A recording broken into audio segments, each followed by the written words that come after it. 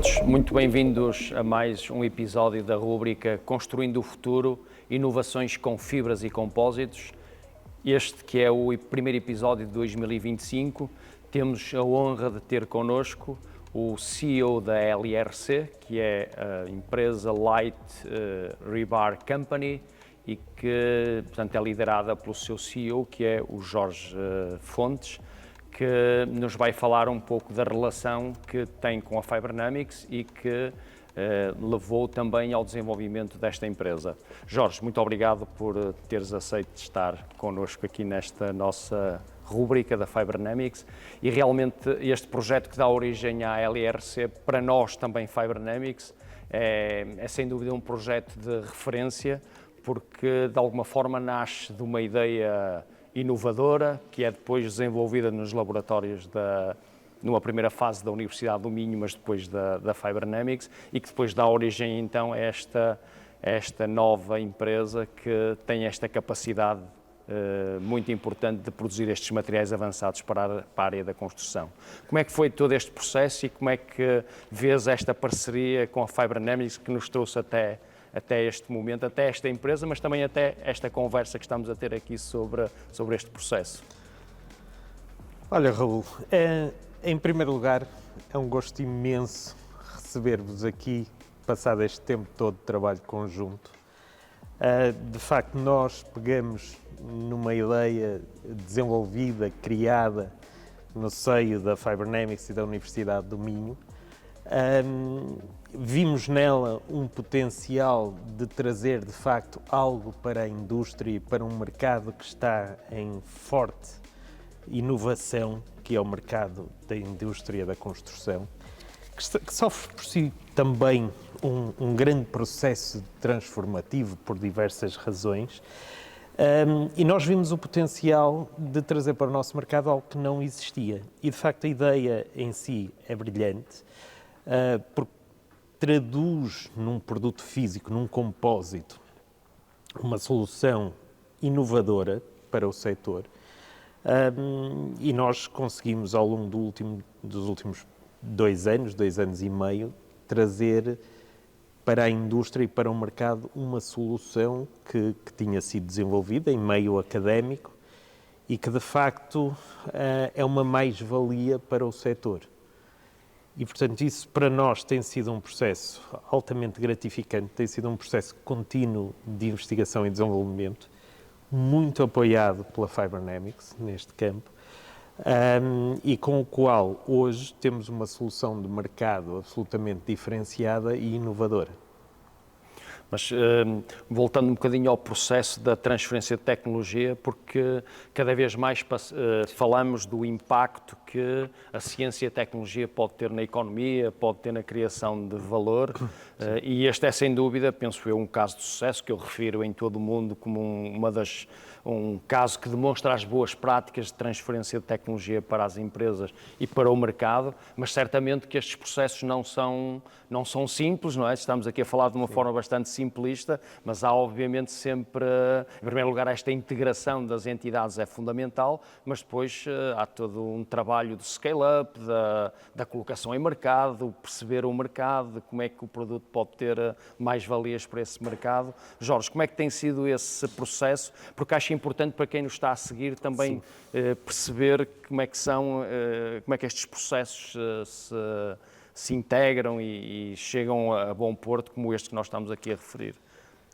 Ora, isto foi um processo, eu diria, padrão, bastante simples na sua gênese, porque partimos de uma base com o apoio da Fibernamics, numa primeira fase com a integração da equipa que desenvolveu o produto em meio académico e que começou a fazer a transferência de tecnologia para a nossa empresa, connosco, dentro das nossas instalações, a discutir connosco e a formar-nos no produto e nas eventuais soluções que daí poderiam advir em desenvolvimento industrial, e depois, conjuntamente, começamos então a desenvolver os equipamentos, a desenvolver o processo e a criar uma solução ainda pré-industrial.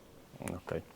E, obviamente, à medida que fomos fazendo essa transferência de conhecimento já para o lado empresarial, fomos conseguindo nós próprios desenvolver a nossa capacidade e o nosso conhecimento com a nossa equipa.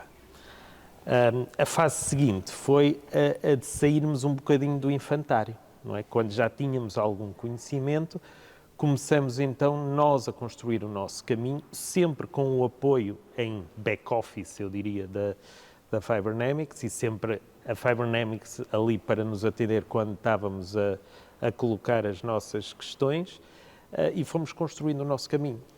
Claro que às vezes descobrimos qual não era o caminho certo, não é? E aí também descobrimos... Portanto, o processo não é linear, como não é? não fazer as coisas, não é? E isso é um ganho.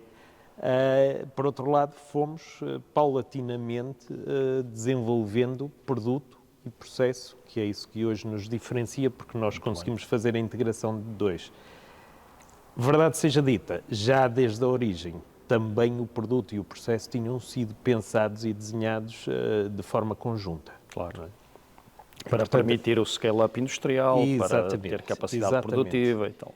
Exatamente. E, portanto, eu acho que aquilo que hoje conseguimos deve-se muito a essa capacidade de concepção de produto e processo que levaram a que depois todo o processo de industrialização subsequente resultasse da forma que resultou. Claro. E essa integração das equipas e dos saberes e das competências de cada uma das partes é sempre fundamental. Eu, por acaso, tenho falado muito sobre essa questão da integração das equipas e da confiança que se estabelece de parte a parte num processo deste género, não é? E acho que neste processo, obviamente que eu conheço muito bem, não é? E, portanto, acho que de alguma forma fomos estabelecendo uma relação de confiança muito, muito forte, portanto, eu diria que o processo foi decorrendo, foi fluindo de uma forma muito simples e, portanto, isso se deveu também às pessoas que estavam envolvidas no processo. Neste caso, tu a liderar também uma equipe maior e também da parte da Fibernamics, também os colegas que estiveram mais no terreno a trabalhar com a tua equipa também. Foi ambas as equipas, eu acho que a integração foi extremamente fácil. Falamos a mesma linguagem e não é meramente a linguagem académica, é a linguagem industrial.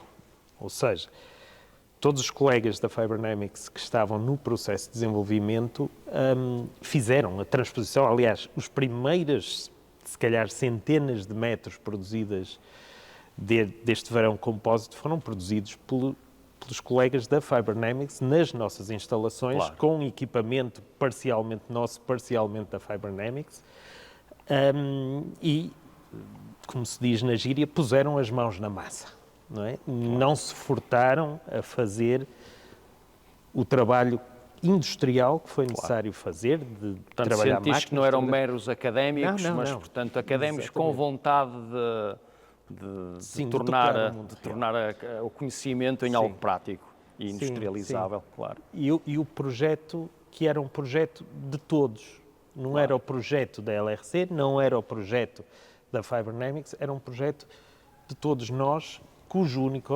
objetivo era colocá-lo com viabilidade no mercado.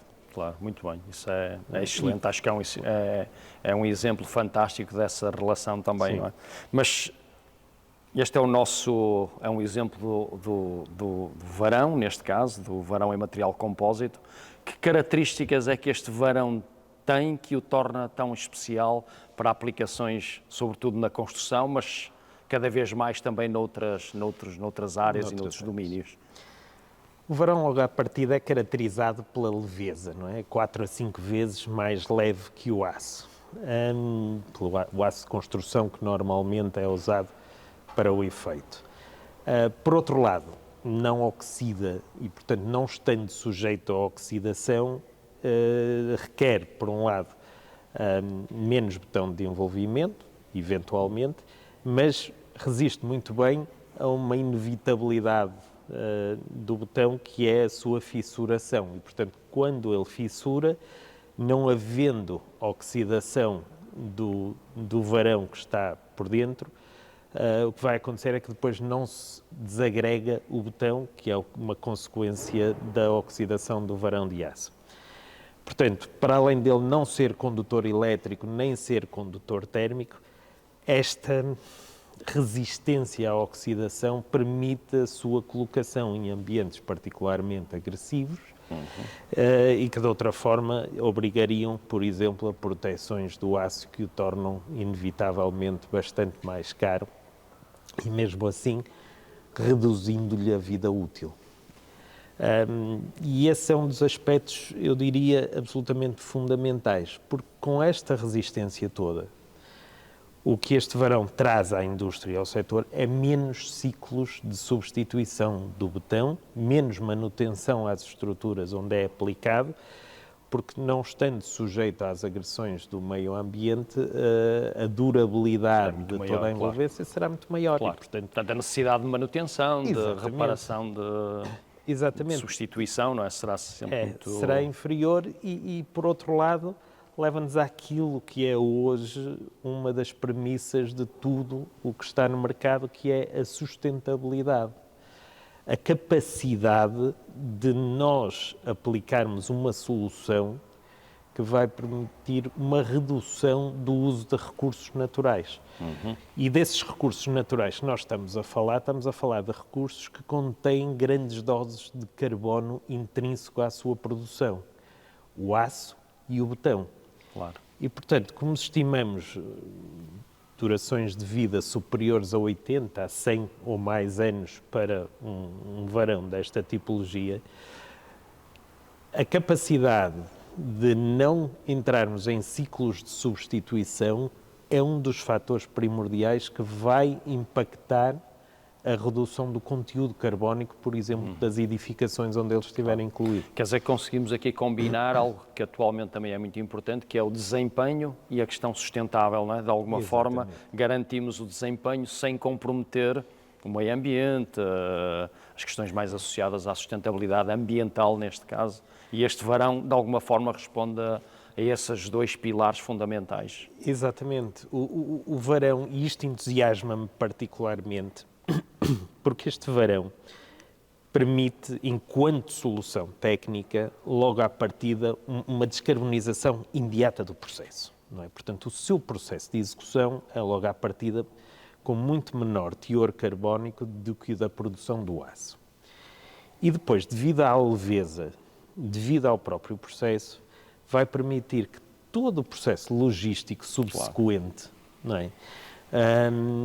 É um processo por si mais descarbonizado, porque conseguimos transportar 4 a 5 vezes mais metros numa carga de um caminhão do que comparativamente com o aço. Claro. E, portanto, reduzindo em 80% aos ciclos de transporte do material. E por aí fora. Portanto, isto é sempre cumulativo. Claro. Portanto, são vantagens muito importantes relativamente aos materiais ditos tradicionais para a mesma aplicação, não é? Todas essas têm a ver com a leveza, com a questão logística, reparação, menor pegada de carbono, portanto tem aqui um conjunto de vantagens muito importantes. Tem imensas vantagens e dessas todas que já abordamos e que foram premissas para o desenvolvimento do produto, adicionamos uma posterior que é altamente relevante também para a indústria, é que o preço que nós damos ao produto é um preço que garantimos durante pelo menos um ano. Okay. Ou seja, portanto, há uma para estabilidade quem está também.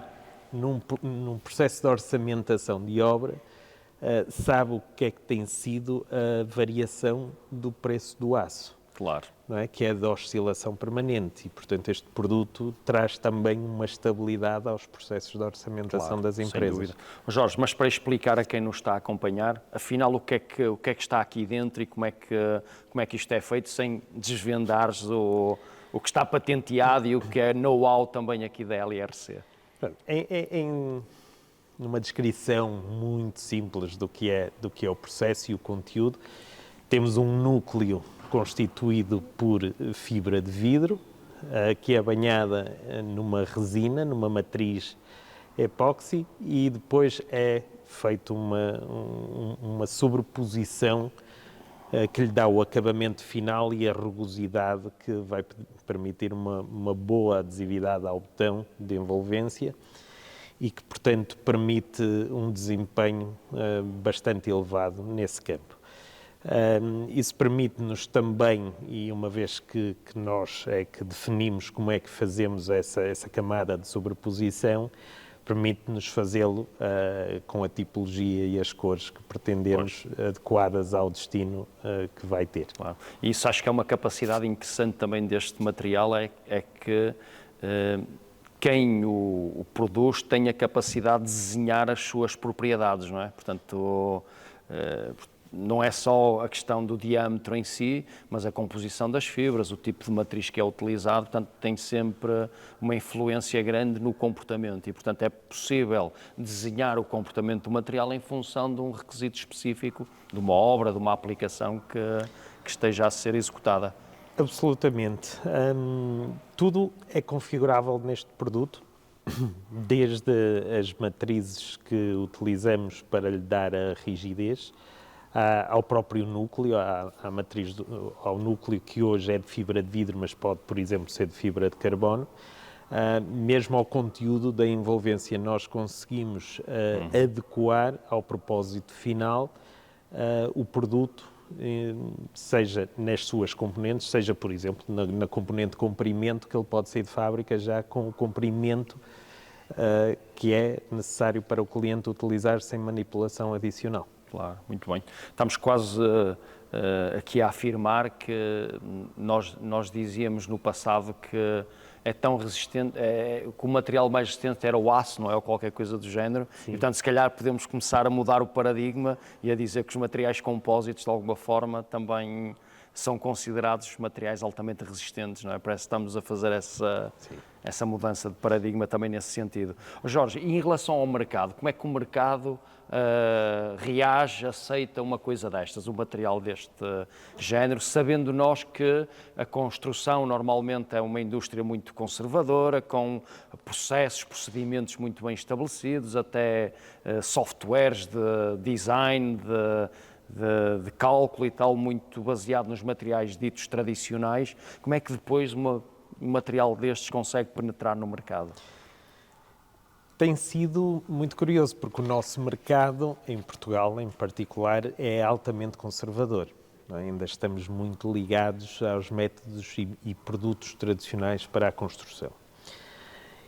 E divide-se entre os conservadores e os inovadores. E nós temos entrado muito pelo lado das empresas e dos parceiros que são os inovadores, aqueles que estão a fazer parte da mudança que está a acontecer no setor da construção. E está a acontecer uma mudança absolutamente transformacional, absolutamente radical na indústria da construção em Portugal. Muito derivada pela falta de mão de obra, não só, mas também porque havia de facto uma necessidade de mudança e nós entramos nessa dinâmica de mudança. Mas aí o driver sustentabilidade tem sido importante também? O driver sustentabilidade é absolutamente importante neste paradigma de mudança.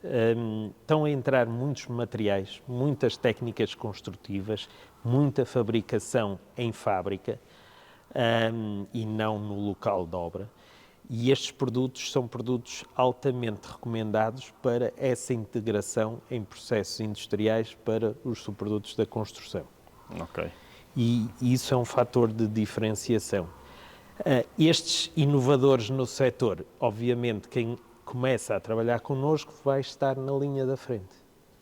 E vai estar na linha da frente porque o nosso desenvolvimento, mesmo com o produto, é muito adequado ao cliente-alvo, mas também a todo um desenvolvimento de engenharia que nós já temos mapeado para os próximos 5 anos e que nos vai levar continuamente, todos os anos, a introduzir novidades no mercado com base neste produto.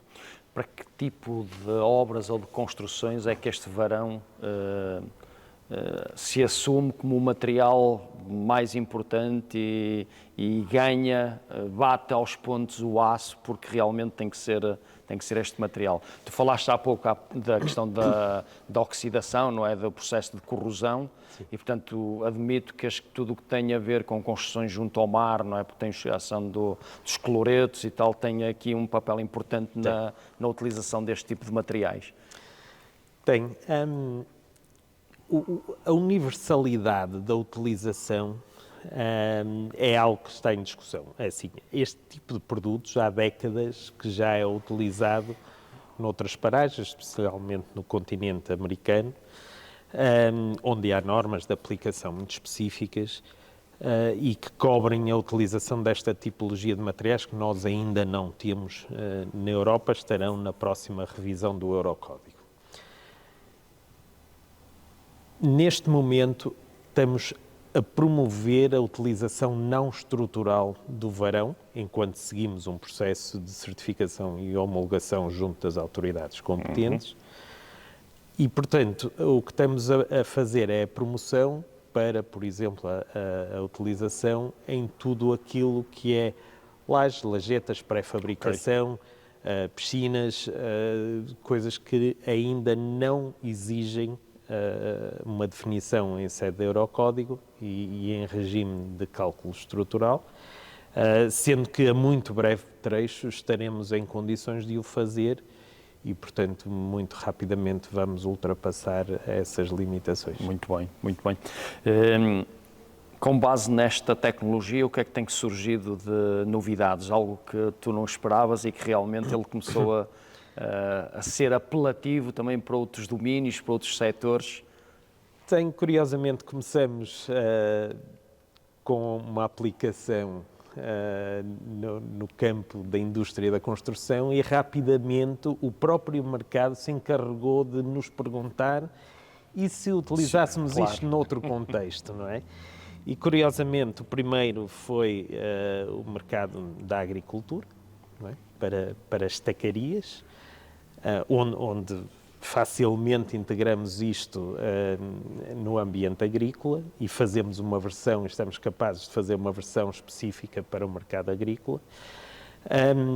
O mercado que estamos agora a entrar e a desenvolver soluções é o mercado das pescas. Okay. E, portanto, porque obviamente no ambiente particularmente agressivo do mar, este produto tem umas características excelentes, porque resiste à salinidade, resiste mecanicamente muito bem aos esforços que o mar lhe traz e, portanto, vamos conceber umas peças muito interessantes para a indústria pesqueira. Pesqueira, sim.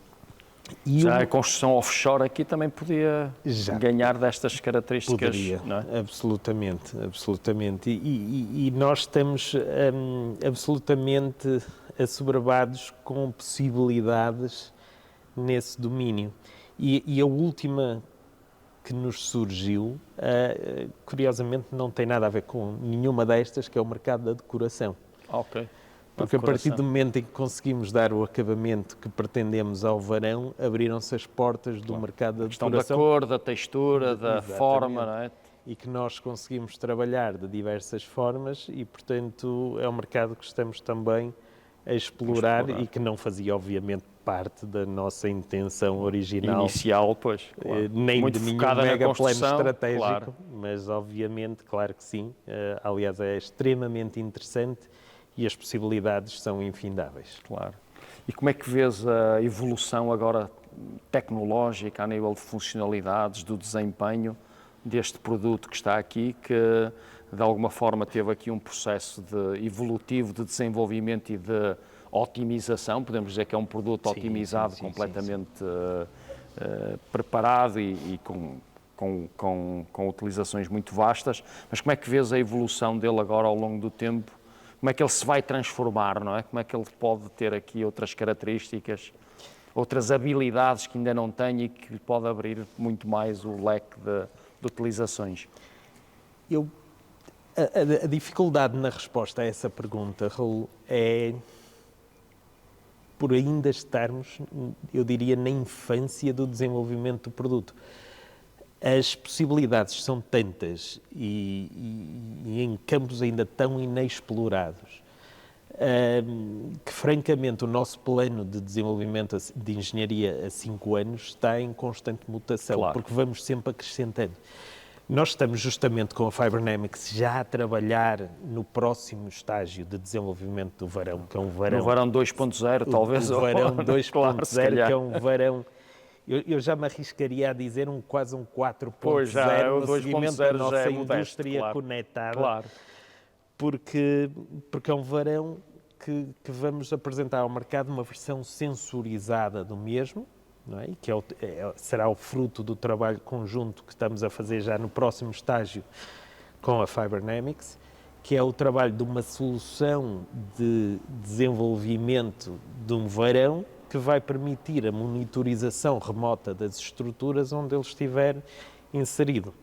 E, portanto, essa monitorização remota vai permitir a qualquer engenheiro de estruturas, responsável de manutenção de infraestruturas, permitir-lhes saber qual é a condição da estrutura onde o botão está incluído e se está a precisar de atenção ou se está a ultrapassar limites previstos e definidos da dinâmica da mesma, e que possam, por exemplo, fazer perigar uma estrutura. Isso. Quer dizer, podemos aumentar o nível de segurança de uma estrutura a partir daí ou planear os trabalhos de manutenção da estrutura, não é? Exatamente. Uns pilares, por exemplo, da ponte de entre os rios que estivessem fabricados com o varão sensorizado desta tipologia, teriam dado, obviamente, sinal atempado de que a estrutura estaria comprometida e mesmo sem intervenção humana, poderia a ponte, por exemplo, ter sido fechada a tempo de se evitar uma tragédia alguém humana. Alguém haveria de receber informação num telemóvel ou no computador sobre o estado de degradação ou de tensão daquela ponte. Que estaríamos a ultrapassar limites da estrutura. Claro. E quando é que se prevê que no mercado haja uma solução desse género? O projeto está na fase inicial, não é? Eu conheço também, Sim. mas...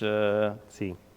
É sempre arriscado dar datas, não é? Tipicamente ou damos uma ação ou damos uma data, dificilmente combinamos as duas. Mas eu diria que no prazo máximo de 24 meses gostaríamos de ter no mercado uma solução viável, porque não é só o varão em si, há de haver uma solução de leitura tratamento de dados, e tratamento de dados, portanto toda esta compilação para uma solução para o mercado, mas eu diria que entre 12 a 24 meses é um horizonte realista para apresentarmos ao mercado uma solução viável. Muito bem, com os desafios todos que estão por trás dessa solução, porque realmente também responde a uma tendência muito interessante na área dos materiais, que é a tendência dos materiais deixarem de ser apenas passivos e passarem a ser ativos também, ou seja, eles tornarem-se inteligentes e poderem nos dar informação sobre, neste caso, o estado de tensão ou de formação de uma determinada estrutura, e isso responde a uma tendência que está a ser visível em várias áreas e em vários tipos de materiais também. Portanto, vocês estão também na crista da onda nesse aspecto. É o trabalho que fazemos e um caminho que vamos fazer conjuntamente. Não é? Claro. E, portanto, para nós, obviamente, não teríamos a capacidade interna de o fazer sozinhos, vamos fazê-lo acompanhados pelos nossos parceiros de sempre.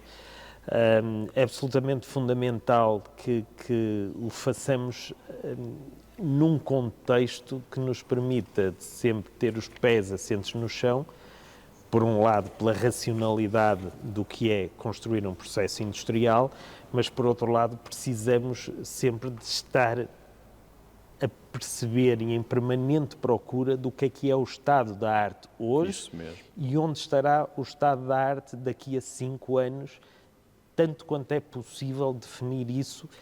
E para uma empresa, por si só, é muito difícil chegar lá, porque o mundo... A Academia tem acesso a todo um portfólio, eu diria quase universal, porque a investigação sobre este tipo de materiais em particular acontece não só aqui, mas acontece em todo o mundo. De forma global, claro. De forma global. E eu sei que vocês têm acesso a todo esse portfólio de conhecimento e estão nos fóruns apropriados para ir beber esse conhecimento e não o transmitirem em tempo útil de termos isso a funcionar como deve ser.